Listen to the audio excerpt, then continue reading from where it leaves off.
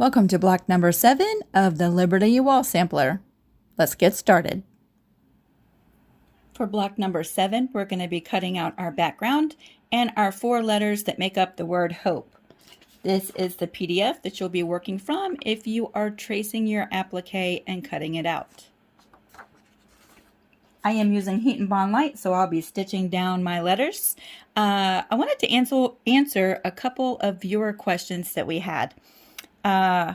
First, Beanie0718 asked if I could do a close-up of the free motion stitch so that she could see a little bit better. So Beanie, we are going to be zooming in. Hopefully you will be able to see really well as I do a free motion stitch after we fuse these letters down over at the sewing machine. And I hope that that is helpful for you. And another question that I wanted to answer because I thought it would be easier than typing it out. Cheryl asked, am I starching my fabrics before I sew my applique? So let's go over that for just a second. I don't usually pre-wash my fabrics, Miss Cheryl. And so sometimes when you buy yardage and fabric from the store, it comes pretty stiff. And this is pretty stiff, and this is exactly the way it came from Joann Fabrics. And so I don't have to starch this because I'm not pre-washing. If you are a pre-washer and you like a little bit more stability with your fabrics while working with them, I do recommend starching your fabrics first. So just as an example, this is pretty stiff. This blue fabric is really stiff, and this is the way it came. Once you wash it the first time, it will soften up a lot. But again, I'm not a pre-washer. This fabric here that I got is also pretty stiff. However, the tea stain muslin is not very stiff at all. And so if this were my background and I was doing applique with it or even piecing and patchwork with it and I wanted a little bit more control, I would starch this even though I have not pre-washed it, right? Just to add a little bit more stability. And just as another example, this is not pre-washed.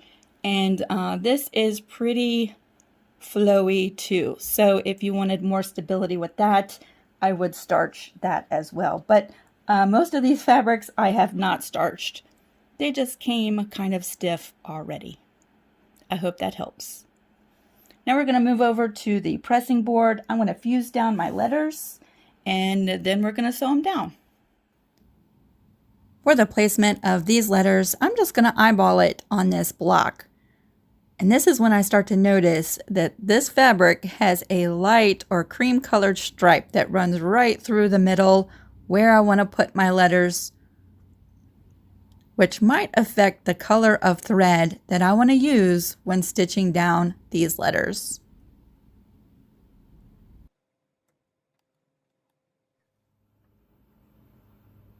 So here we are at the sewing machine, and before I zoom in to show you as close up as I can get the free motion stitch, let's go over a couple of things. You notice I used the tea stain muslin as my applique, and there's a light stripe that runs right through the middle of this piece.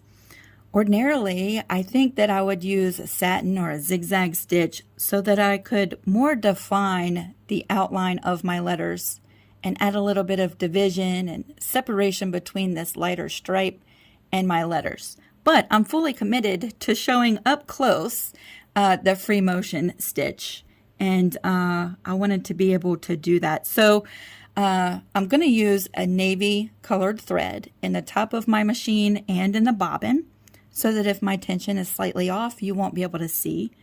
And I have shaky hands, y'all. My hands shake a lot. Doing the free motion stitch, I ordinarily probably would have used a thread that blends in to my applique so that when my shakiness takes over, and it does, and my lines that run, that are supposed to be straighter, are a little bit more jagged and shaky looking, the lighter color thread would blend in and that wouldn't be as noticeable. However, I really want you to be able to see my stitch as I'm doing it, and I do want to add some kind of little division in this area that runs through the middle of the block. So we're going to go with this navy blue. I've already lowered the feed dogs on my machine, and I have the straight stitch selected and a 0 as my length. And if you don't have the option to lower your feed dogs, your machine might have come with a little plastic plate that covers them. So you can most certainly do the free motion stitch on your machine, even if your feed dogs do not lower. And more than likely, you might have noticed that your machine comes with a free motion stitch foot, or it might be called a darning foot.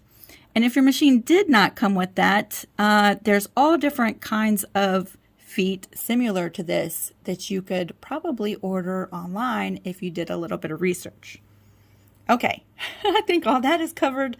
I'm going to zoom in and we're going to speed up a little bit as I do the free motion stitch. I did also want to talk just a second about how far away from the edge that I'm going to be. And it's really going to vary. I like to get close to the very edge of my applique without the fear of actually stitching off of it. This applique does have heat and bond light on the back of it. So even though we are doing raw edge applique with a free motion or a straight stitch, I don't think that the applique would fray even if we were washing this quilt multiple times, which we're not. It's just going on the wall.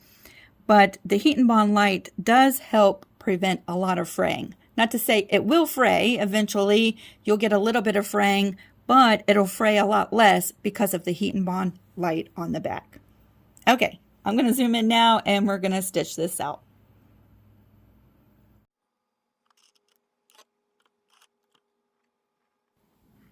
As we get started, I'm going to bring up the bobbin thread to the top, lock those stitches just by doing a few small stitches, and then we can trim away those thread tails. Now I'm speeding up this portion of the video. Altogether, I would say it took about 11 minutes for me to do the stitch out on these letters. And that's really because I took my time using this dark thread. I wanted to go nice and slow to try to keep these lines as straight and unwonky as possible. Without breaking thread, I'm just jumping from one place to the next. I usually start by stitching the outline of the letter first, and then if it has any holes or cutouts within the letter, then I jump and I stitch around those.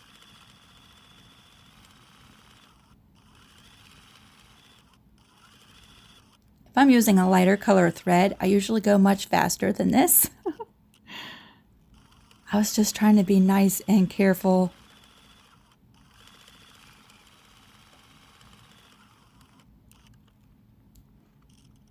For the letter O, we're going to jump in even closer.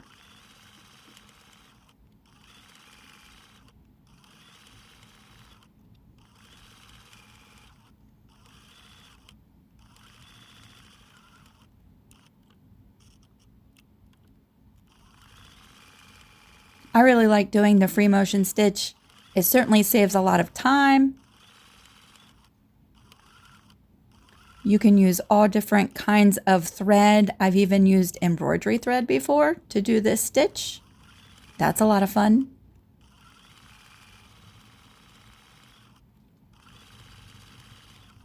And I have to say, even though my hands are incredibly shaky today, that might be because of the second cup of coffee I had this morning. Even with that, taking my time, I'm pretty pleased with my stitch lines. They're not as shaky as I thought that they would be, so I'm really happy about that. I think it looks pretty good, and the dark thread did add a little separation with that stripe running through the middle of my background. So all we have left to do now is to trim away these little jump stitches, and we do that on the front and on the back. And this finishes up block number 7. I hope you found this video really helpful. I hope that it has inspired you to try out your free motion stitch. And we'll see you tomorrow for block number 8. Bye, everybody.